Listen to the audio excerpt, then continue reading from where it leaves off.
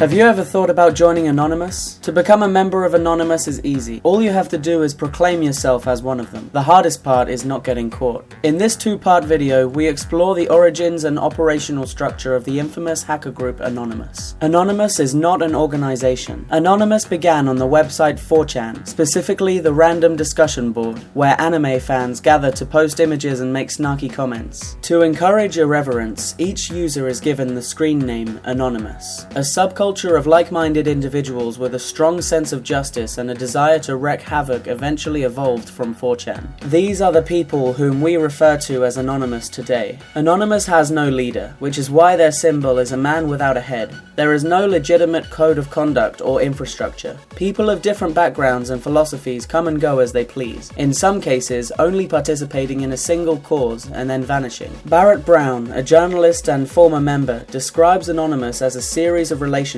Those who can consistently rally others to their cause are the ones with the most power, as are those who have proven themselves through hacking. Anyone can join. If you wish to join Anonymous, there will be no gatekeepers to stop you. But if you're really thinking of doing this, we recommend that you first consider joining activism groups that operate within the confines of the law instead. If you still want to continue your journey with Anonymous, there is plenty of existing information out there covering topics such as how to encrypt your computer for maximum privacy and how to contact other members using an alias over encrypted internet relay chats or IRCs. You will have to build relationships and earn trust over several years before becoming a serious hacker. If you think the Anons will be welcoming, well, you could be right and you could be wrong. Although Anonymous does have good and altruistic members, don't forget that they accept anybody. Some people are willing to use others as patsies, while others are informants for the police or even the FBI. Naive members are sitting in jail right now because they trusted the wrong Anons.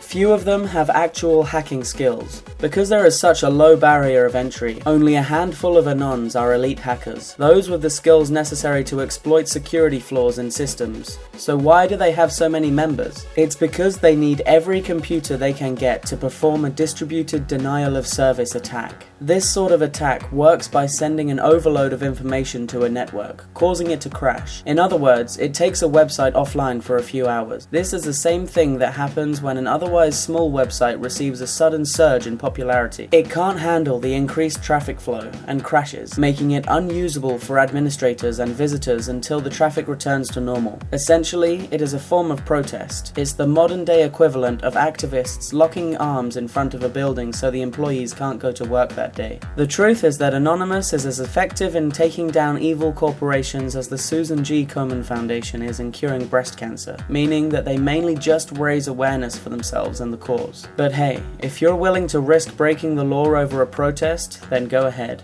How participation in Anonymous works. Once you've built your online alias and made some friends in the secure IRC, the next step is to find a cause that you support. If, for instance, you wanted to take part in their operation against Scientology, you would find the IRC channel dedicated to that operation and pledge your support in the chat room. The software that Anonymous uses to launch their DDoS attack is called a low-orbit ion cannon, or LOIC. This software allows your computer to deliver large-scale hits to any website. Anons vote on which targets to attack, and if you disagree with the target, you can withdraw your computer from the botnet, making the ion cannon weaker. Once the operation organizers give the signal, you enter a target URL, enter the number of hits you want to send, enough to overload the network, click a button and fire away. Using the ion cannon is dangerous.